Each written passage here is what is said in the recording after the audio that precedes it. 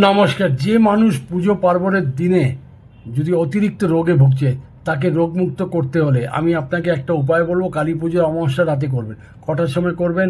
রাত 11টা থেকে নিয়ে 11:45-এর মধ্যে করবেন। উপায়টি কি করবেন? একটি নিখুঁত অশ্বত্থ গাছের পাতা দেবেন। তাতে কি করবেন? তার চকচকে দিকটাকে ভালো করে পরিষ্কার করবেন।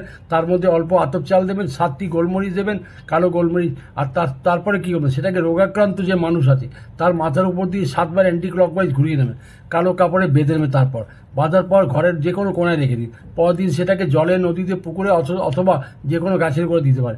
যখন আপনি দেবেন, আপনি দেখবেন তারপরে যে মানুষটি এত রোগ ভুগছিল খুব তাড়াতাড়ি তার রোগ সেরে যাবে।